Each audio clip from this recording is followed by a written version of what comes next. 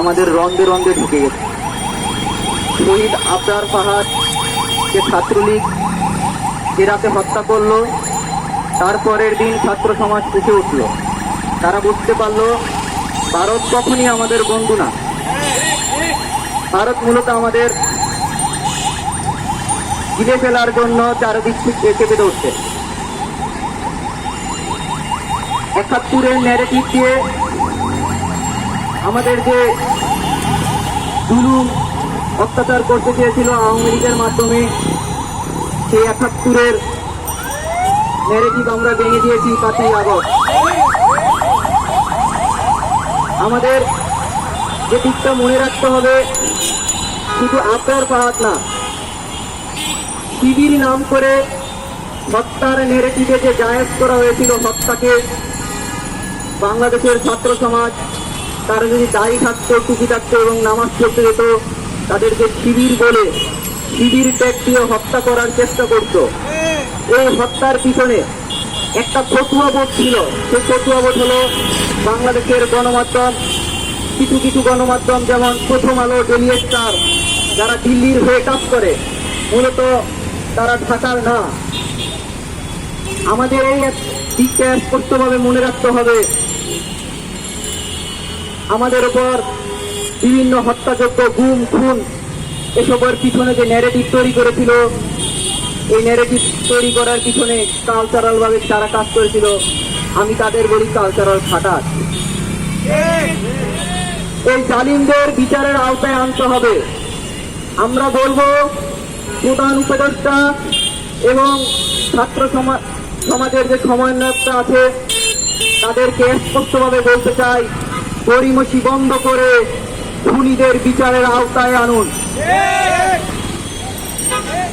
আমরা এই আন্দোলনে জুলাই বিপ্লব যে আমরা ঘটালাম ৫ই আগস্ট, খুনি হাসিনা পালিয়ে গেল, তার স্পষ্টভাবে আমরা বলতে চাই, আমরা প্রথমে আমাদের ভাইদের যারা হত্যা করেছে এবং আহত হয়েছে তাদের বিচার, তাদের সুস্থতা কামনা করতে চাই।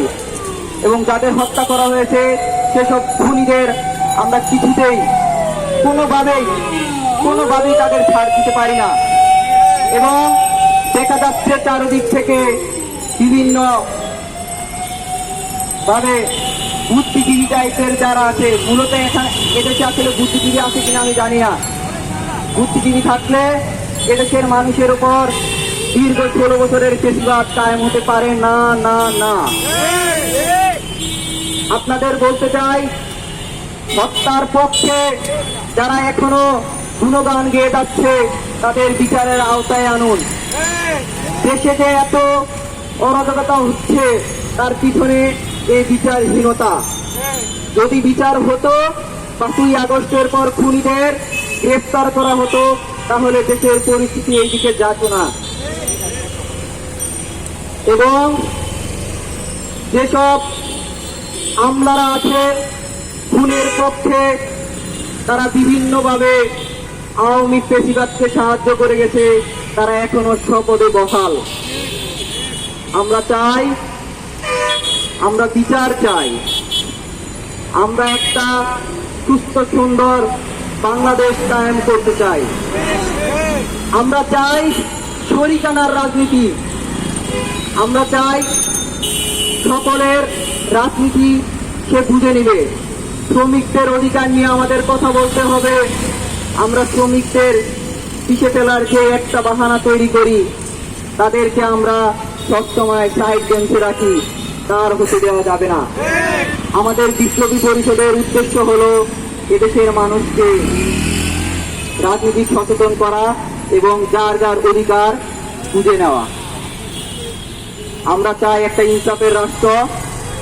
আর স্পষ্টভাবে বলতে চাই, যেসব সাংবাদিক, বুদ্ধিজীবী, সুশীল, কলামিস্ট, প্রগতিশীলরা আছেন, খুনি হাসিনার পক্ষে এখনো গুণগান গাচ্ছেন এবং খুনকে ধামাচাপা দিতে যাচ্ছেন, তাদেরকে স্পষ্টভাবে বলতে চাই, আপনারা শুধরে যান, নয়তো আমরা আবার এই ছাত্র সমাজ আপনাদের পিছে চলতে এক মুহূর্ত ভাবব না। আপনাদের কাছে আমি শেষ বলতে চাচ্ছি, আমাদের দ্রুততর সময়ে দ্বিতীয় রিপাবলিক গঠন করা উচিত। আমাদের সংবিধান নতুন করে গড়ে তোলা উচিত। বিপ্লবের ভাষা অর্থই হলো পূর্বের যা কিছু আছে তাকে ভাগাড়ে নিক্ষিপ্ত করতে হবে। তা দিয়ে যদি দেশ চলতো, রাষ্ট্র চলতো, তাহলে তো হতোই। সেই সংবিধান দিয়ে আসলে ফেসিবাদী কায়েম হবে। আমরা সেই পূর্বের সংবিধানে ফিরে যেতে চাই না। আমরা চাই দ্রুত সময়ে হাসিনাকে বাংলাদেশে ফিরিয়ে এনে তাকে বিচারের আওতায় আনতে হবে এবং তার গোসরদের বিচারের আওতায় আনতে হবে। আমরা এই দেশে যে নাগরিক অধিকার হারিয়েছিলাম, মূলত আমাদের ভোটের অধিকার ছিল না, আমাদের জবানের অধিকার ছিল না, কথা বলার অধিকার ছিল না। সেই কথা বলার অধিকার আমরা ফিরে পেয়েছি। শুধু শহীদ আবরার আমাদের সেই পথের প্রথম সিলসিলার মহানায়ক। শহীদ আবরারকে আমরা গভীরভাবে স্মরণ করি। ফেসিবাদী হাসিনার জুলুম তন্ত্রের যে মুখোশ খুলে দিয়েছিল শহীদ আবরার ফাহাদ। আমরা চাই আপনারা সবাই একত্রিত হয়ে রাষ্ট্রের জন্য কাজ করুন। ষড়যন্ত্রে পা দিয়েন না। বিভিন্ন ধরনের ষড়যন্ত্র হচ্ছে, সেদিকে আপনারা যেন না।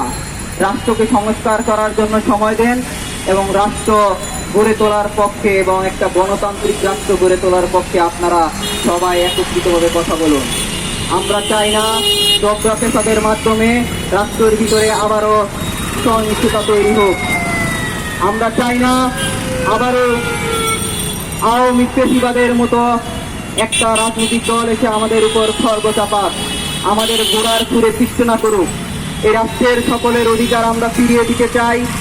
এখনো আমরা সেই অধিকারের দিকে আগাচ্ছি, কিন্তু চারদিক থেকে যে ষড়যন্ত্র করা হচ্ছে আমরা তা রুখে দেব। এই বলে আমার বক্তব্য শেষ করছি। জাতীয় বিপ্লব পরিষদ জিন্দাবাদ, জিন্দাবাদ।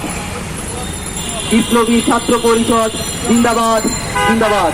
ইনকলাব জিন্দাবাদ।